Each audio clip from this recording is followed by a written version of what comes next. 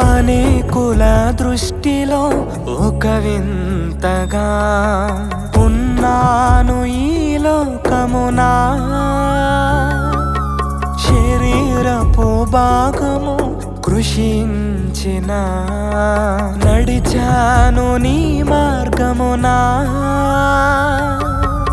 అనేకుల దృష్టిలో ఒక వింతగా ఉన్నాను ఈ లోకమునా. శరీరపు భాగము కృషించిన నడిచాను నీ మార్గం